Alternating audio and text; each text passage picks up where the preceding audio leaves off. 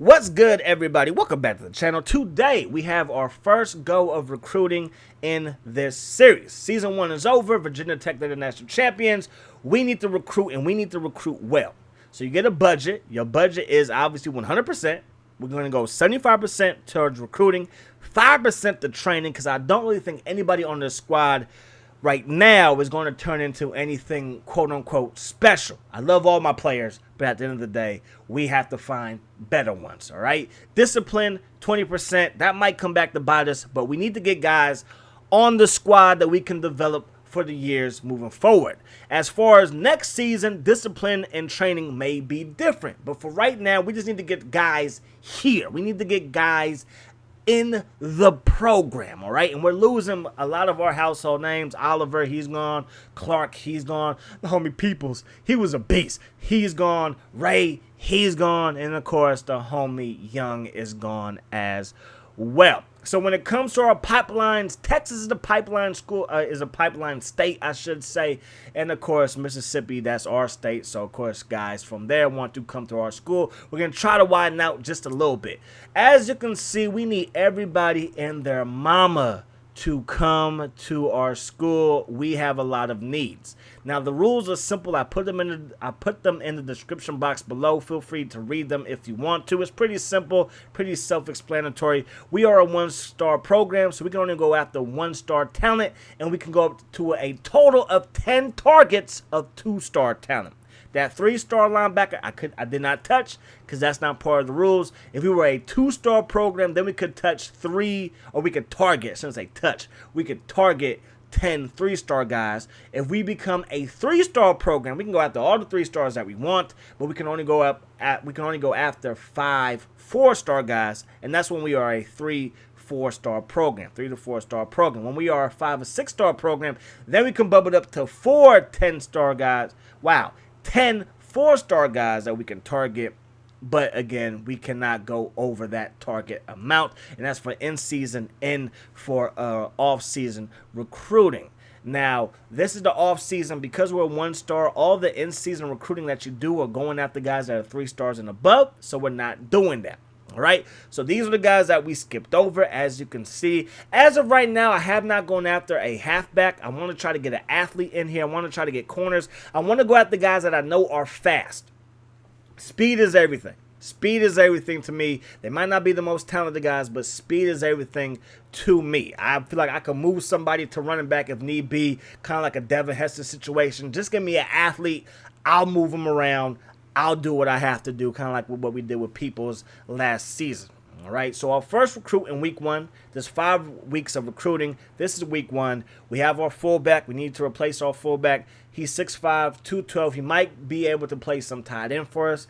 He's not the fastest guy in the world, and we do not have any tight ends on the roster so far. I have not gone after any so far in recruiting because those guys were both 2-star guys, and as you can see, I'm limited in the 2 stars I can get, and I wanted to beef up my O-line. O-line was my main concern going into off-season recruiting, all right? So Bass, I'm going to take away his scholarship. I don't think we're going to get him, and I believe we're going to go after Morrow. Morrow is a tackle. We have not recruited him at all. He lost some interest, but look, he's looking at Ole Miss, and yeah, I think that we can get him, all right? So Morrow, yes, we're going after you now. So Hayes, he has signed on the dotted line, so we have 2 guys who have recruited to us so far.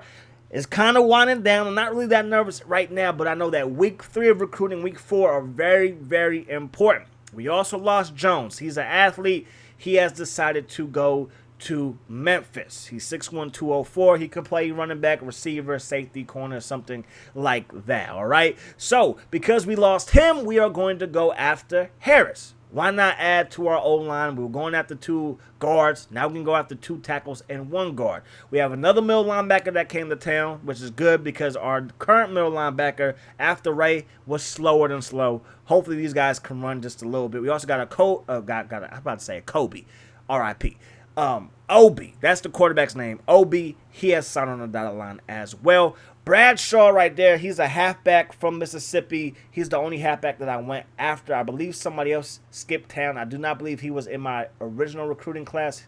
He might have been. I can't remember. But anyways, we got Harris too. We got King. We got our punter, and we got Morrow. So we got both tackles to come to town. We got another fullback that came to town. That fullback is actually quite beastly. He might see some action.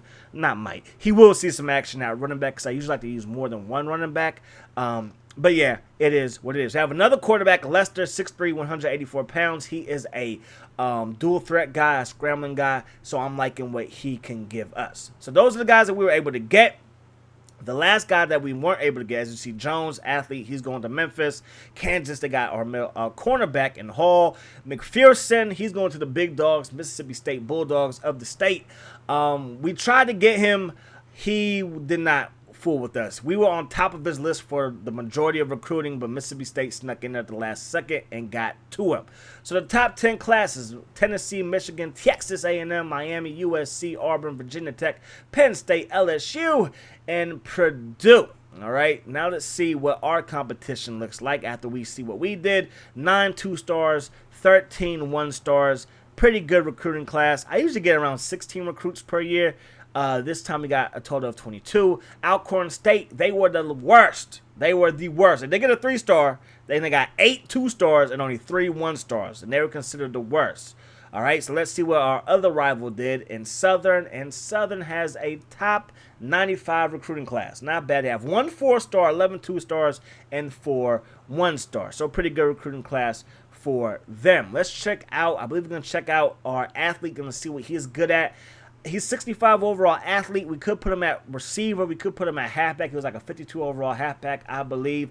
I did want to see what he would be as a DN because Walker from Eastern Illinois, he was a halfback that we moved to right end, and he turned out to be a flat out beast, and most likely because of necessity we're going to do that moving forward in this dynasty. We just haven't done that so far, so we will make him a receiver, which makes our receiving core pretty solid. The only guy that progressed during the offseason workouts was Ross. He's a redshirt senior, 5'11", 170. He is now 56 overall with 70 speed, so you can see why I moved that guy who was an athlete to receiver.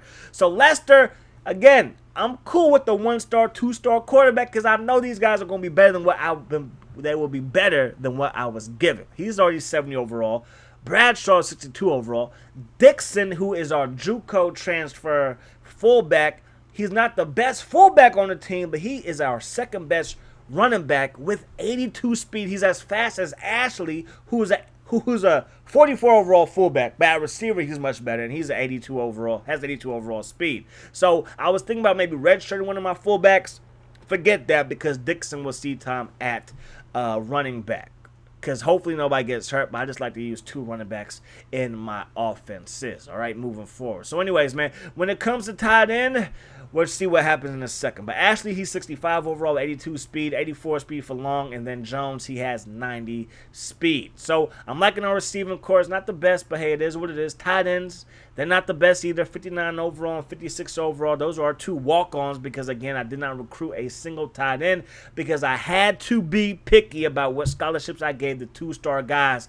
And matter of fact, the only kicker that wanted to come was a 2-star kicker. So I had to spend a scholarship on a 2-star kicker just in case we get into a situation where I have to kick a field goal. I want somebody who has the capabilities of at least doing it decently, all right? So that was one of the hardest decisions because it was going to be – I was actually going to leave off our corner, the 2-star corner that we got. What was his name? Thomas, I believe.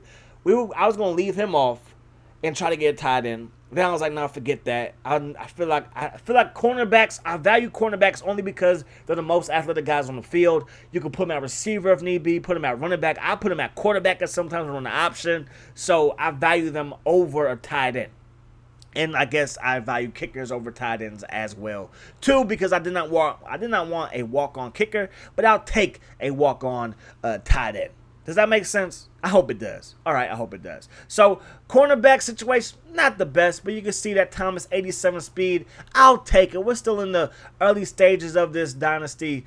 Hopefully, things don't get any worse. Now, thank goodness I let you guys pick the schedule because I know you guys are going to be a lot easier on me than the computer is. They want me to have an A- strength of schedule. Texas Tech, who's ranked number 18. Then Texas A&M, who's ranked number 9. Then Auburn, who's ranked number 8. And then Tennessee is ranked number 3, and then Virginia Tech who won the national championship. What is going on, ladies and gentlemen? I do not know. But I'm going to let you guys pick the schedule. If y'all pick like this hard opponents every single week, I'm not going to listen to y'all, okay? This is your opportunity to have your voices heard, but be reasonable. I only want to play maybe 3 or 4 opponents that we probably have no chance of beating. I want to play another 4 that we probably could beat if we play our best, and then the rest, like, even matchups, all right? So anyways, that's that. Hope you guys are looking forward to Season 2. Hope the rest of the day is the best today. Peace, love, hot sauce.